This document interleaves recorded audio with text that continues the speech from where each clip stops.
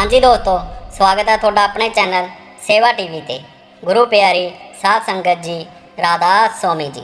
साध संगत जी, ये सच्ची घटना डेरे दे सैकटरी साहब दी है। साध संगत जी, एवें ही कुछ दिन पहला डेरे विच बाबा जी का सत्संग होना सी ते सारे सेवादार अपनी अपनी सेवा ते लगे हुए सन ते सारे सेवादार बाबा जी दे सत्संग दियां तैयारियां कर रहे सन ते डेरे दे सैकटरी साहब डेरे दे प्रबंध नूं देख रहे सन। वो देख रहे सन कि जिथे बाबा जी का सत्संग होना उत्थे किसी चीज़ की कोई कमी पेशी तो नहीं। ते सैकटरी साहब सत्संग पंडाल विच चक्कर लगाउंदे हुए सत्संग पंडाल का जायजा लै रहे सन ते देख रहे सन सारे सेवादार अपनी अपनी सेवा ते लगे हुए हैं ते सारे सेवादार जोरां शोरां नाल बाबा जी दे सत्संग दीयां तैयारियां कर रहे सन ते सैकटरी साहब सारा प्रबंध आप देख रहे सन। तां कुछ ही देर बाद एक सेवादार सैकटरी साहब कोल आउंदा है ते वो सेवादार सैकटरी साहब नूं कहंदा है कि बाबा जी ने तुहानूं अपने कोल बुलाया है। तां सैकटरी साहब कहंदे हन कि ठीक है, मैं हुणे आना हाँ। तां सैकटरी साहब बाबा जी नूं मिलण बाबा जी दी कोठी विच चले जांदे हन। तां बाबा जी सैकटरी साहब नूं पुछदे हन कि डेरे दा प्रबंध किवें है।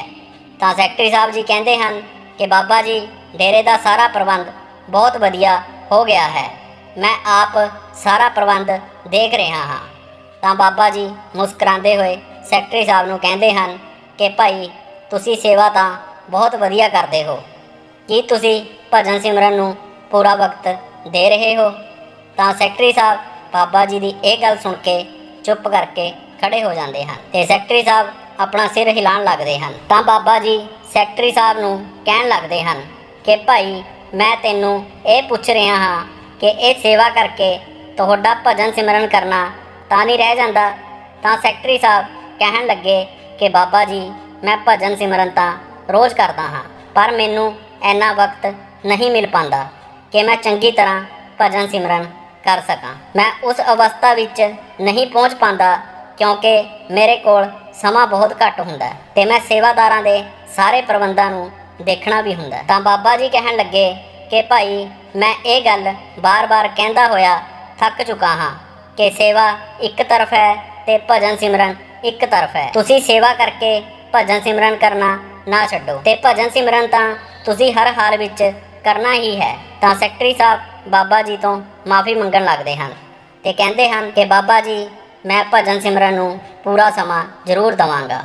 मैं कोशिश करांगा कि वध तो वध समा मैं भजन सिमरन नूं दे सकां। तां बाबा जी कहंदे हन, भाई, कोशिश नहीं करनी, तुसी भजन सिमरन करना ही है, क्योंकि भजन सिमरन नाल ही तुहानूं सब कुछ हासिल होवेगा ते भजन सिमरन नाल ही तुहानूं मुक्ति हासिल होवेगी। इस करके ही तुसी नामदान भी लिया सी। तां सैकटरी साहब कहंदे हन कि बाबा जी, जिवें तुहाडा हुक्म होवेगा मैं उसे तरह कर लवांगा। तां बाबा जी सैकटरी साहब नूं कहंदे हन कि भाई, तुसी कुछ दिनां लई सेवा तो छुट्टी लै लवो। तां सैकटरी साहब ये गल सुन के डर जाते हैं ते सैकटरी साहब कहंदे हन कि बाबा जी, मेरे तो कोई गलती हो गई। तां बाबा जी कहंदे हन, नहीं बेटा, एवें दी कोई गल नहीं, पर तुसी भजन सिमरन पूरी तरह जरूर करया करो, क्योंकि मैं नहीं चाहुंदा कि किसी भी सेवादार दा सेवा करके भजन सिमरन करना रह जावे। तां सैकटरी साहब कहंदे हन कि बाबा जी, मैं अज तो ही भजन सिमरन नूं पूरा वक्त जरूर देवांगा। सो साध संगत जी, बाबा जी समझाते हुए कहंदे हन कि यह अपनी गलत फहमी है कि तन की सेवा भजन सिमरन की थां लै सकती है।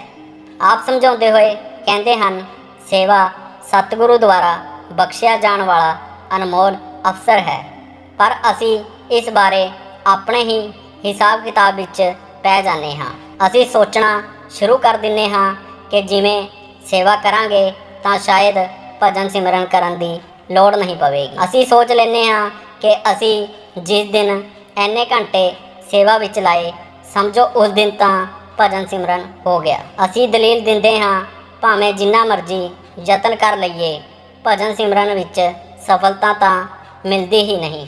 असी मन नूं समझाने हाँ कि यह गल पक्की समझो कि असी भजन सिमरन नहीं कर सकते, पर हाँ, असी सफाई की ਸੇਵਾ ਕਰ ਸਕਦੇ ਹਾਂ, ਭਵਨ ਉਸਾਰੀ ਦੀ ਸੇਵਾ ਕਰ ਸਕਦੇ ਹਾਂ, ਖਾਣਾ ਬਣਾਉਣ ਦਾ ਕਾਰਜ ਕਰ ਸਕਦੇ ਹਾਂ ਜਾਂ ਫਿਰ ਕੰਪਿਊਟਰ ਉੱਤੇ ਕੰਮ ਕਰਦੇ ਹਾਂ। ਇਸ ਲਈ ਸਾਨੂੰ ਇਹੋ ਵਾਜਬ ਪ੍ਰਤੀਤ ਹੁੰਦਾ ਹੈ ਕਿ ਜਿਸ ਕੰਮ ਵਿੱਚ ਅਸੀਂ ਮਾਹਰ ਹਾਂ ਉਸ ਦੁਆਰਾ ਸੰਗਤ ਦੀ ਸੇਵਾ ਕਰੀਏ ਬਜਾਏ ਭਜਨ ਸਿਮਰਨ ਦੇ, ਕਿਉਂਕਿ ਅਸੀਂ ਇਸ ਵਿੱਚ ਨਿਪੁੰਨ ਨਹੀਂ ਹਾਂ। ਸਤਿਗੁਰੂ ਬਾਰ-ਬਾਰ ਸਮਝਾਉਂਦੇ ਹਨ ਕਿ ਸੇਵਾ ਦਾ ਅਸਲ ਮਹੱਤਵ ਭਜਨ ਸਿਮਰਨ ਵਿੱਚ ਸਹਾਇਤਾ ਦੇਣਾ ਹੈ, ਪਰ ਸਭ ਤੋਂ ਉੱਚੀ ਸੋਚੀ ਸੇਵਾ ਭਜਨ ਸਿਮਰਨ ਹੈ। ਤਨ ਦੀ ਸੇਵਾ ਅਤੇ ਹਰ ਤਰ੍ਹਾਂ ਦੀ ਬਾਹਰਲੀ ਸੇਵਾ ਮਨੋਬਿਰਤੀ ਦੇ ਸੁਧਾਰ ਲਈ ਹੈ, ਤਾਂ ਜੋ ਧਿਆਨ ਭਜਨ ਸਿਮਰਨ ਵੱਲ ਜਾਵੇ। ਸੇਵਾ ਸਾਧਨ ਹੈ, ਮੰਜ਼ਿਲ ਨਹੀਂ। ਕੋਈ ਵੀ ਸੇਵਾ ਭਜਨ ਸਿਮਰਨ ਦੀ ਅੰਤਰਮੁਖ ਸੇਵਾ ਦੀ ਥਾਂ ਨਹੀਂ ਲੈ ਸਕਦੀ। ਜੇਕਰ ਤੁਹਾਨੂੰ ਇਹ ਸਾਖੀ ਵਧੀਆ ਲੱਗੀ ਤਾਂ ਵੀਡੀਓ ਨੂੰ ਲਾਈਕ ਜ਼ਰੂਰ ਕਰਨਾ ਤੇ ਚੈਨਲ ਨੂੰ ਸਬਸਕ੍ਰਾਈਬ ਕਰਨਾ ਨਾ ਭੁੱਲਣਾ। ਮਿਲਦੇ ਹਾਂ ਐਵੇਂ ਦੀ ਕੋਈ ਹੋਰ ਨਵੀਂ ਵੀਡੀਓ 'ਚ। ਰਾਧਾ ਸਵਾਮੀ ਜੀ।